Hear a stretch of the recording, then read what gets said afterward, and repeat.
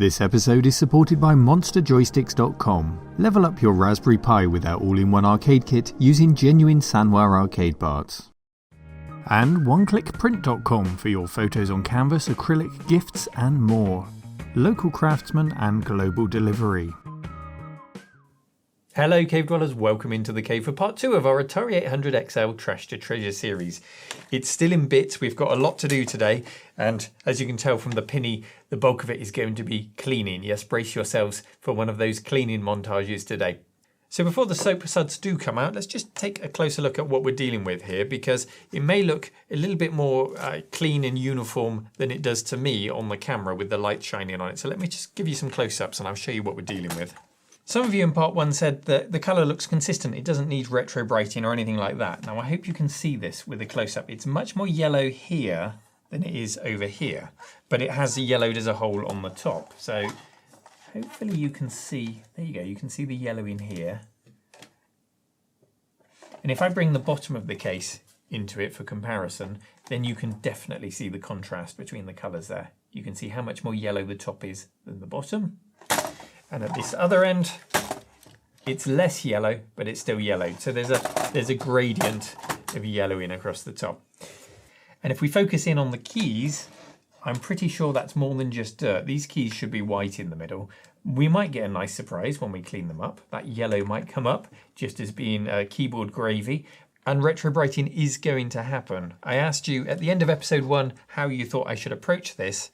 And the majority of you said, hey, this is trash to treasure, Neil. This isn't pedal bin to patina. You want this to get the full works and you want this to look like new at the end of it. So I'm pleased to say I have got hold of the missing key. Thanks to Tim. Thank you very much, Tim, for sending in that brake key. He very fortunately had one in his garage, as you do. And we'll get it all cleaned up. We'll make sure we can get it looking as close to as new as possible. Right, that's what we're dealing with. Let's put the murder gloves on. Let's get the soap suds out. And let's get to work on this.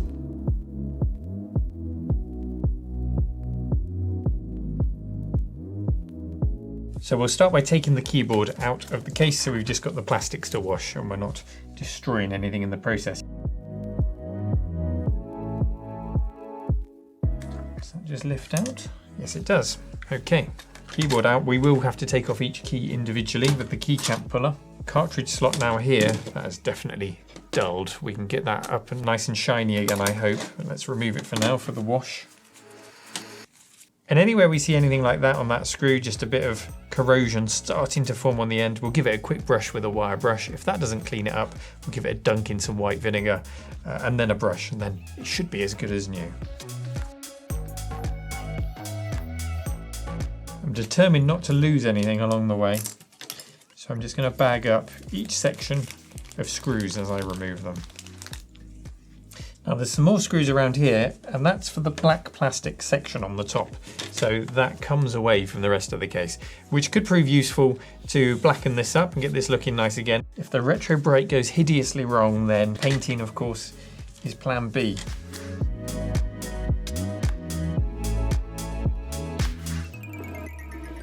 And they're all the same length, thankfully, so we don't have to worry about putting one that's too long into the wrong hole and it's smashing through the front of the case.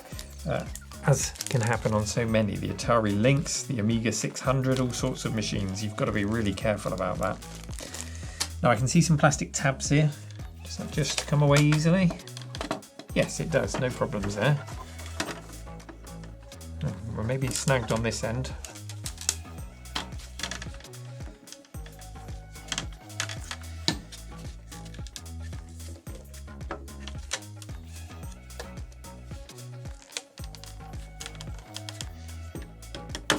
There we go, some gentle persuasion, and that's come away. That's what a naked Atari 800 looks like. And there is the remnants of, looks like a little spider's nest there. Nobody inside. Okay, and that does give us another good look at the colour it should be compared to the colour that it is. That's a good guide. Okay, I think it just slides off. You don't have to worry about... There are some little tabs, but they don't have a great hold. So just a gentle slide. They haven't snapped off. So they're still there, but Yeah, it feels very brittle, this piece. We'll have to be careful with it. But we can now get under there into all those crumbs, which is nice. And the text all looks good. Because it's been covered up, none of that white paint is rubbed off. For my own reference later, so I can put this thing back together, that's what it looks like, future Neil. Make sure you get those keys back in the right place. Now, I've actually made the mistake of leaving my keycap puller at home because I was working on something there. But, thankfully, these keys actually come off quite easily. You can just pull them off with your fingers. So that's what I'm going to do with this one.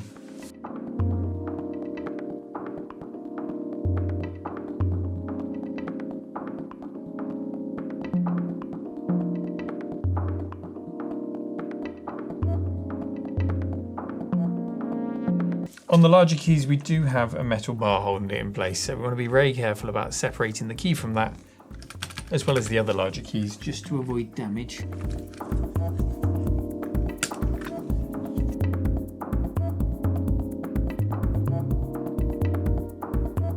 And you can see that some of them are coming out with the plunger, some of them the plunger is staying in, and that secures the spring in place. So where it stays in, I'm just going to leave it in, because it's not like I'm going to dunk this PCB. I'm not going to get them wet. I'm just going to give them a dry brush and some IPA to clean this down. It's the plastics of the keys that I want off to give them a good clean.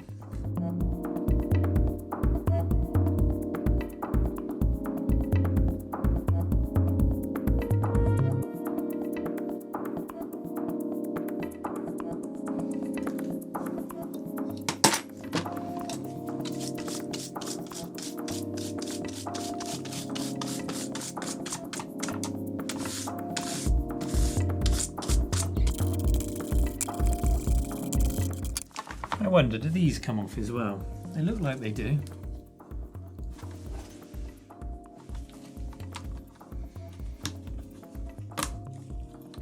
Yes, they do. Perfect. And they've got the same springs underneath them. That's interesting. This one has a huge spring under it at the top. That must be the reset button. So I think to make it a bit more tactile, perhaps it gives it a bit more resistance. Either that, or we're missing them from all the other keys, but I'd be very surprised if that had happened. So remember that this one goes at the top. And we get some IPA on it. Give it another brush. And then I'll just get in with the cloth to lift any other dirt that's on there that hasn't come off with the brush, which is quite a lot. Being careful not to snag the springs, because I don't want to bend them out of shape. One of those things, if you need just one, you'll probably end up having to source an entire damn keyboard just for that one part. I don't know, there might be spares out there.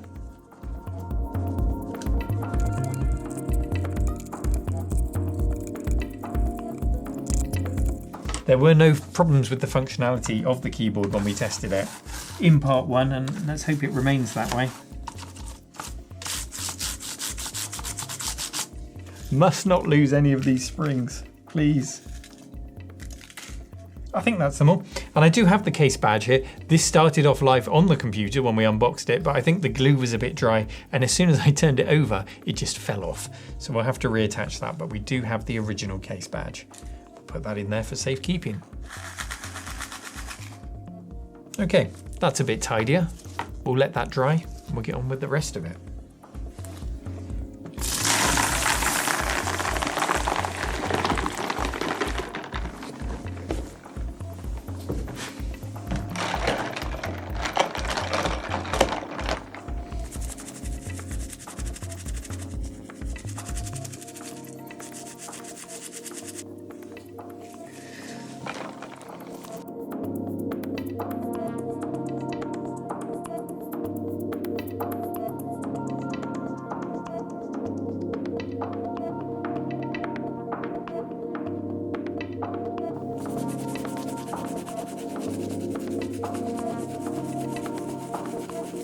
Today's episode is sponsored by the letter Escape, that well-known letter, and the number 6, which is the number of hours I've been cleaning keys for now.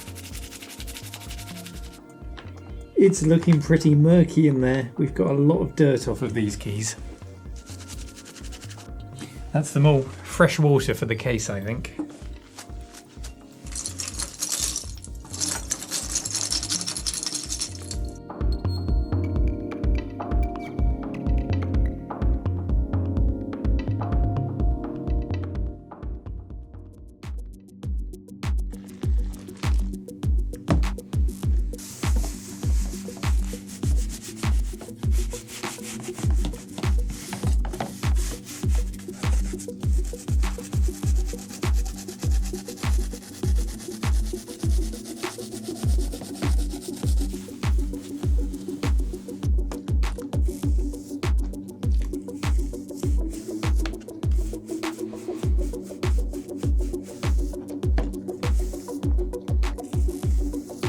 keep finding on here streaks of red pencil. So whoever owned this before was bashing their pencils about. Maybe they were doing their schoolwork with it.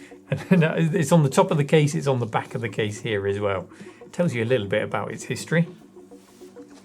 And I'm being very careful on the underside because I don't want to destroy the sticker and the serial number there. So I'm just delicately working around it. If there's a bit of dirt around that sticker, then so be it, but I don't want to ruin that. Next up, we've got those cartridge slot covers. We'll see how they come up with a bit of soap and water, but I think they're going to need some metal polish. If indeed they are metal, I think they are actually metal, which would be great. Otherwise, a quick spray, but we'll see how they come up.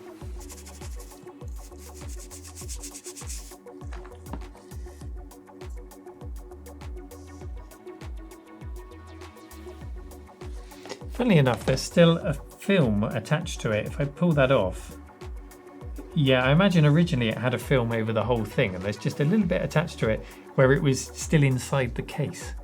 So a bit of the plastic film there. It's a shame we can't just peel it off the whole thing. It's definitely not on there, is it? That would be a glorious thing. No, nothing more to peel off from there, sadly.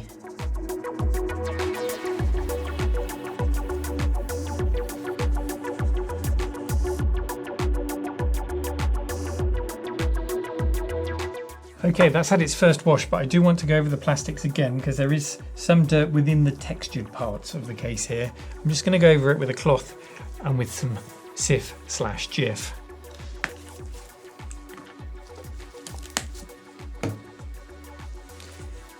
Give it a good fingertip clean.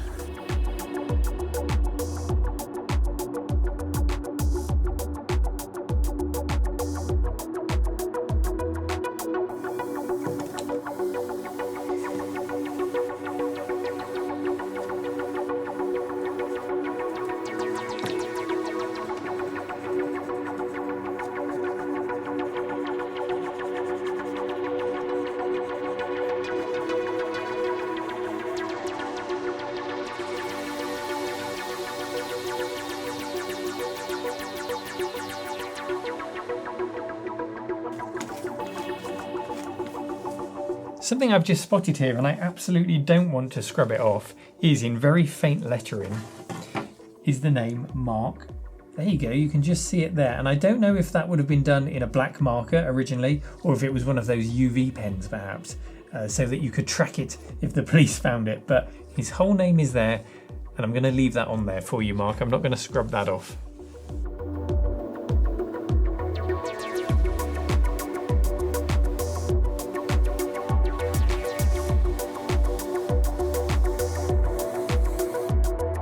Good, that's all the plastics washed down. They will still all have a film of the Sif that I used at the end there on them. So I'm going to take them up to the shower and just give them a quick hose down, make sure they're clear of that. I'm not taking you to the shower today, thank you very much. Maybe next time. And then with that, we'll let them dry and then we'll take them out to Retro Bright because we've got a really good day forecast tomorrow. It looks like lots of sunshine here in the UK. So we'll make the most of that and we'll go and do some Retro Brighting next.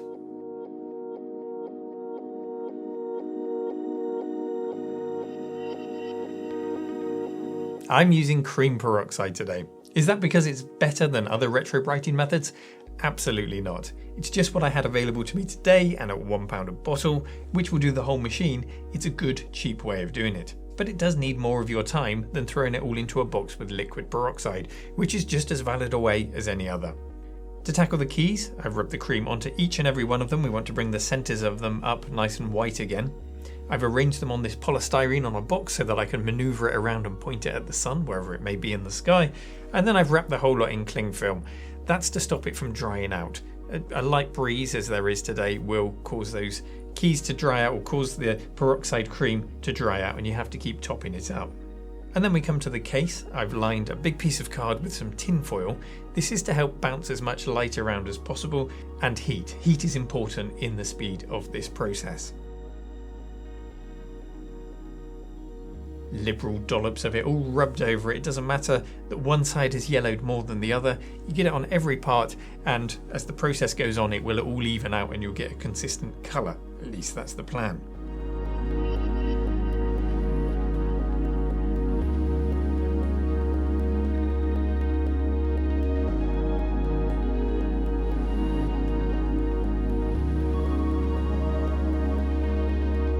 That too gets wrapped up with cling film, and then I take it all out to the garden where we have some of that rare British sunshine today. Loads of it, in fact. It's a glorious day, and you can't even see the case for all of the light bouncing off of our foil wrapped board there.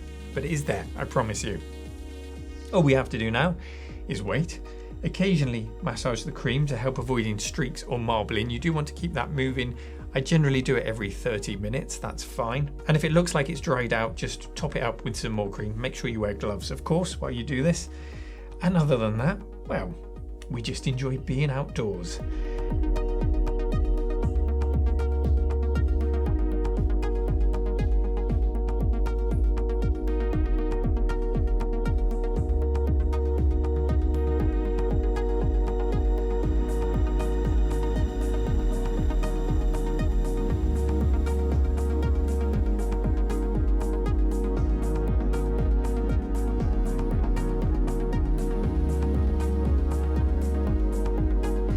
And here is the result of our efforts. And I have to say, this has come out superbly. It really has worked well. Here's the top and the bottom, and I'll get you a close-up so you can see exactly what's happened to the keys and to the case. You can see now where this end was yellowed on the top and on the sides, it's as good as new. It's consistent all the way across. I mean, that looks fantastic. I'm really pleased with how that's come up. It's going to look superb when we put it all back together. Here's some keys as well. They were certainly a lot yellower. There is a slight yellow tinge to them, I think, but they're a lot newer looking than they were before. And now you can actually see the whites of my eyes. So, two things left to do then. One, try and bring up the metalwork, which is all tarnished and nasty looking, or spray it if we need to. And two, put it all back together and see just how good this thing looks after all the work that we've done on cleaning it. So let's do that right now.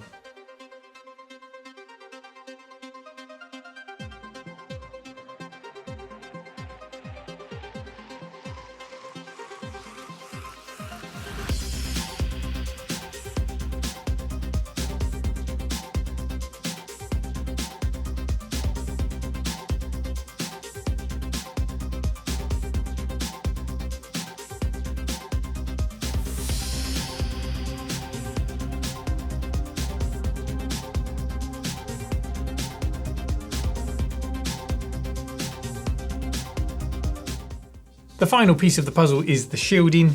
You can see the fingerprints there of whoever installed this originally, still marked. There's not a great deal we can do with this unless we take it away and spray it, which is not really required, but there are a few spots of rust just starting to appear on the surface. So all I'm going to do is just rub them down lightly with a bit of sandpaper to get rid of that corrosion so it doesn't spread too much further in the immediate future. We will give it a quick polish, but don't expect miracles with this. We're just going to give it a quick clean up, deal with the corrosion, and then put everything together, starting with a wipe down with some IPA.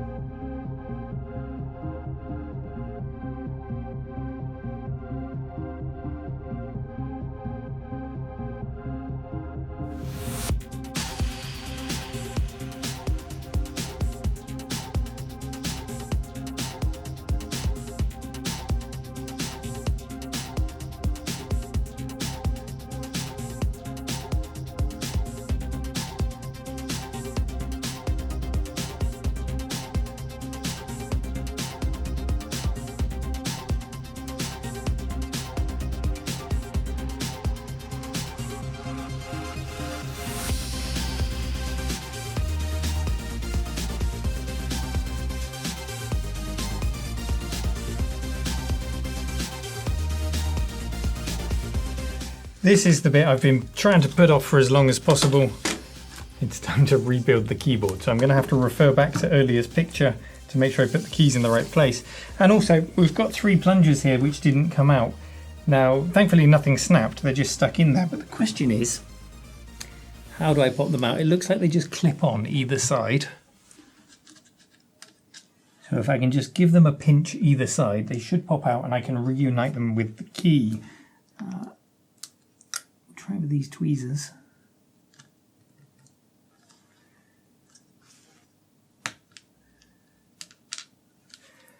Two ends of a cocktail stick. That's how you get them out. I'm sure there's a tool specifically for the job, but that's got them out without any damage. Wonderful. Just need to find which keys they belong to.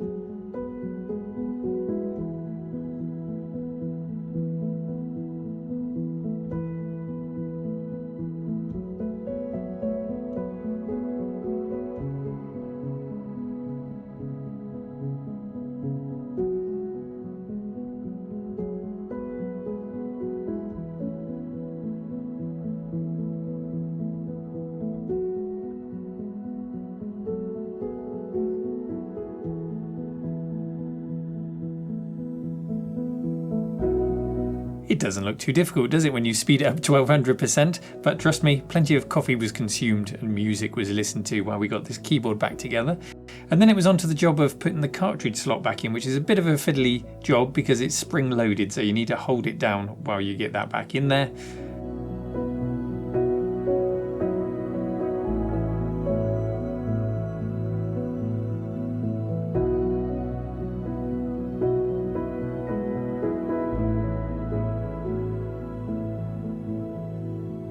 There we go, that's back in there properly. And then I think we just need to take a moment to savour the complete or nearly complete, minus that one key, finished item. Here it is.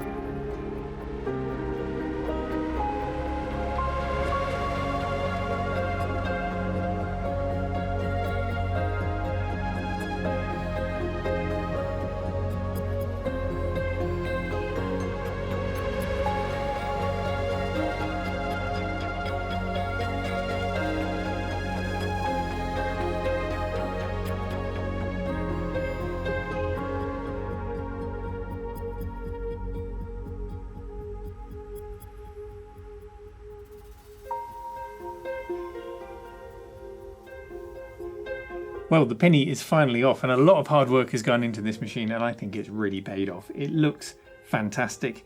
Yes, there is one glaringly big hole in the keyboard there where the break key is missing. I did manage to source one. Where did I put it?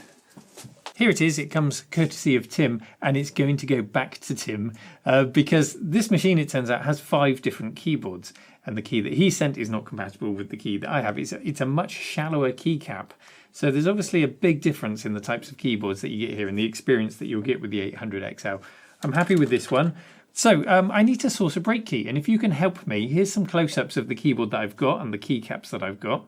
And this is an appeal now. If you happen to have a break key that will work for this keyboard, please do get in touch if you're willing to let it go. If not, I think, looking around, it looks like I'm going to have to buy a replacement keyboard just to get that key. And because I can't find another keyboard of the same type, I might have to swap the keyboard out entirely. I'll figure it out one way or another, but let me know if you're able to help. Other than that one annoying key that we need for completion, it's come up so well. The retro brighting looks brilliant. The keyboard, the whites of the letters have come up beautifully. Yes, there are a few scrapes and scratches on the silver buttons on the Atari 800 badge over there, and we've still got Mark's name on the bottom, so it still retains a little bit of that character while looking practically like new. I think it's a classic Trash to Treasure episode, this one, and I'm really pleased with how it's gone. But we just need that break key, so let's make it happen. And then in episode 3, I promise we will get to the trackball. We will get to the tape deck.